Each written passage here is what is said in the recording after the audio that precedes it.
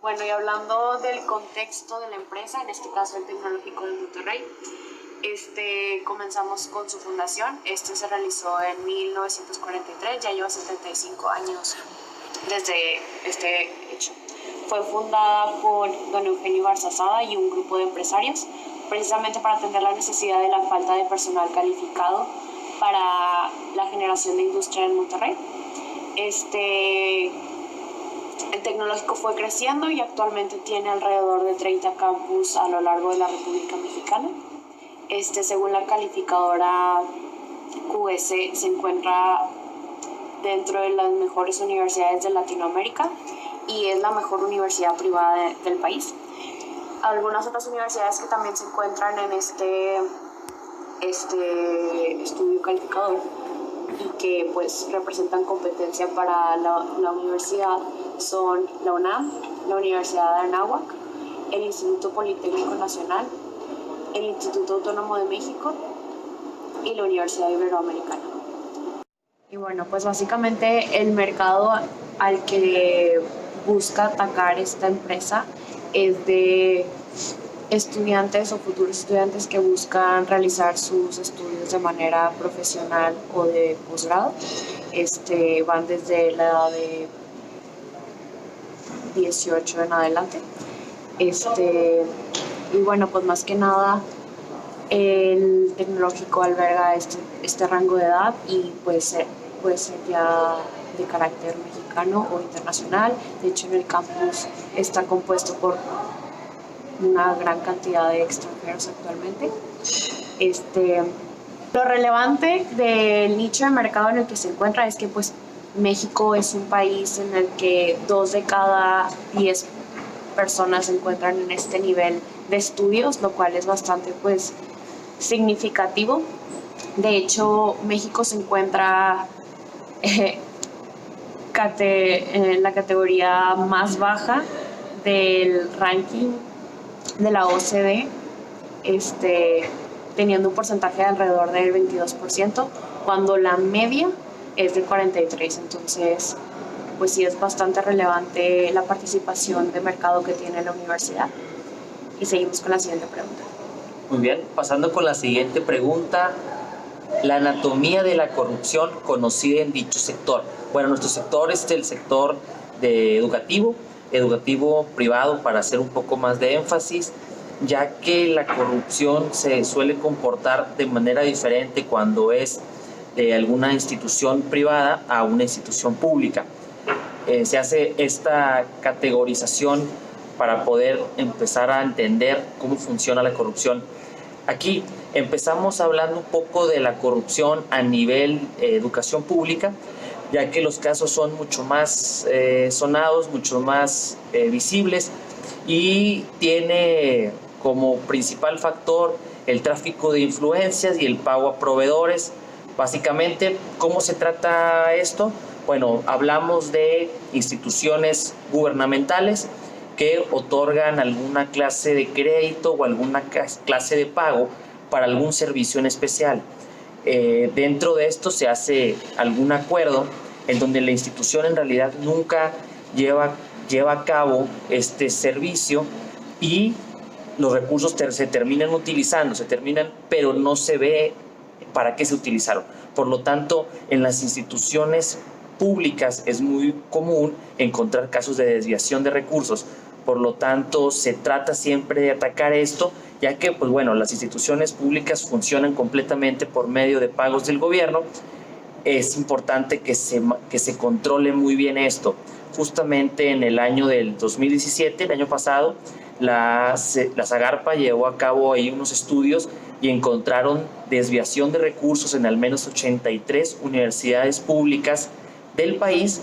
Y bueno, hubo uno muy sonado porque justamente en la ciudad de Monterrey, en la Universidad Autónoma de Nuevo León, se presumía algún caso de desviación de recursos. Nunca se pudo comprobar, que bueno, es otro problema de la corrupción, pero al menos se encuentra este tipo de casos y bueno, se tiene que atacar. Al menos es por la parte de las instituciones públicas. Por lado de las instituciones privadas, bueno, es diferente, ya que los fondos no provienen del gobierno, pero la corrupción se suele dar a un nivel interno. ¿De qué hablamos aquí? Bueno, pues tráfico de influencias entre los alumnos, entre los profesores. Ha habido casos sonados en diversas universidades, y aquí, bueno, es un poquito más complicado me parece, de controlar.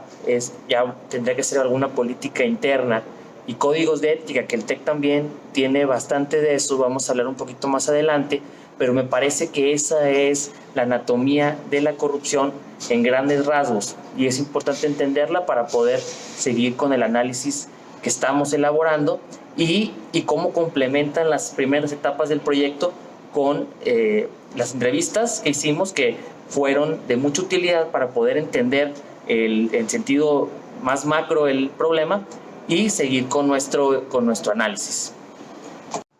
Bueno, y la siguiente pregunta, que se trata de la función social que cumple la institución al satisfacer la necesidad concreta en la sociedad. Como ya se mencionó, pues hace 75 años se fundó el Tecnológico por un grupo de empresarios, precisamente buscando solucionar esa necesidad de la falta de personal preparado para la industria, porque pues la ciudad estaba creciendo de manera pues exponencial, con empresas como Heineken, cervecería, actualmente Heineken, o también FEMSA. Entonces lo que buscaban los empresarios era esto. Entonces se puede decir que esa era la necesidad concreta que buscaban atacar, y pues se puede notar desde la visión que tiene la institución, de formar líderes emprendedores con sentido social, que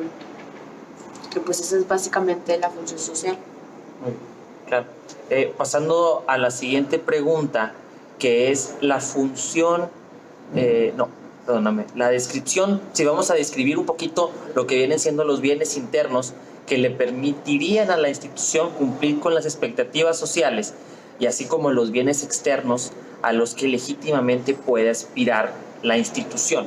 Bueno, me parece que los bienes internos son muy importantes siempre, porque siempre es como el camino para poder llegar a la meta. En este caso, al ser una institución educativa, me parece que los bienes internos tienen que ser la responsabilidad y la excelencia.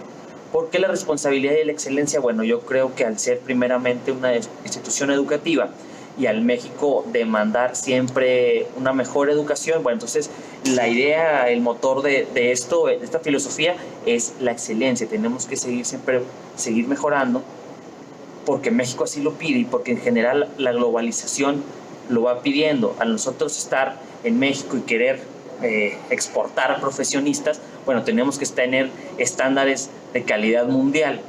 Y cuando hablamos de estándares de calidad, hablamos de estándares de calidad completamente institucionales, y para esto se requiere pues desde las instalaciones, hablamos de capacitaciones, hablamos de profesores, hablamos de toda esta parte del seguimiento para poder cumplir con la meta que es entregar educación de calidad.